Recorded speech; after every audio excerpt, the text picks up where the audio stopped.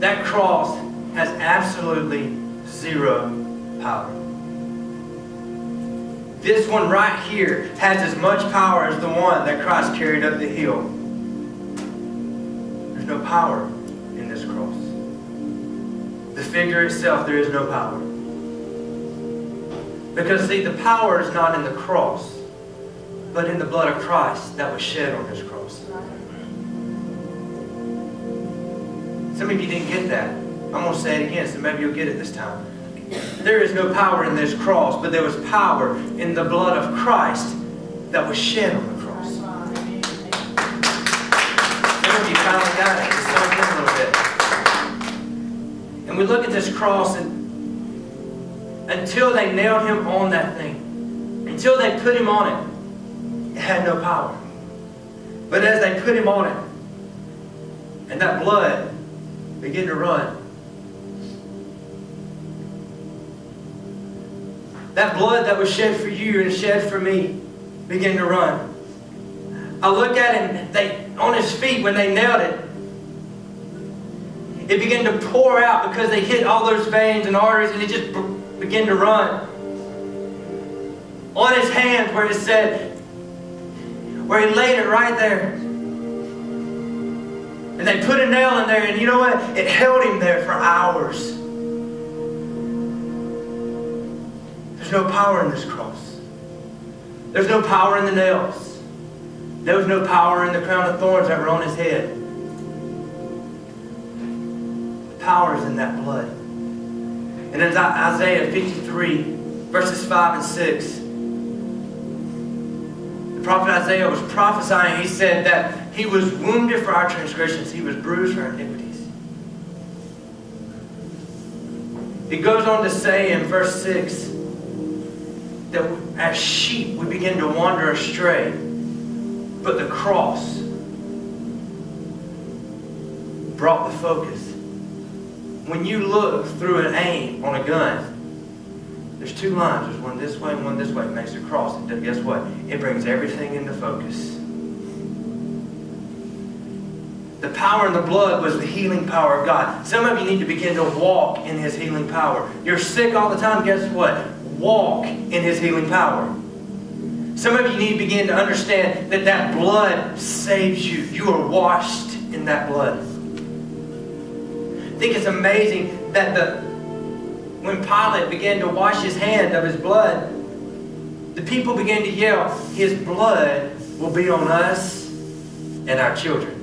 They didn't understand what they were talking about. But I believe it's prophetic, because you know what? His blood is on us and it's on our children. The blood from that moment on was no longer just on Pilate's hands. It was on yours, because you know what? He died for you. There's healing in the blood. There's cleansing in the blood.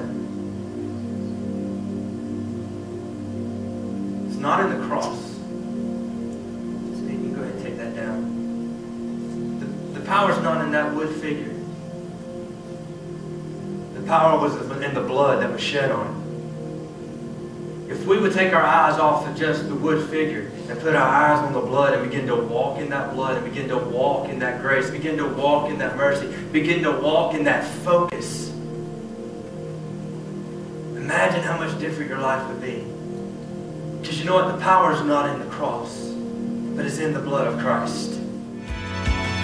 The power of the cross.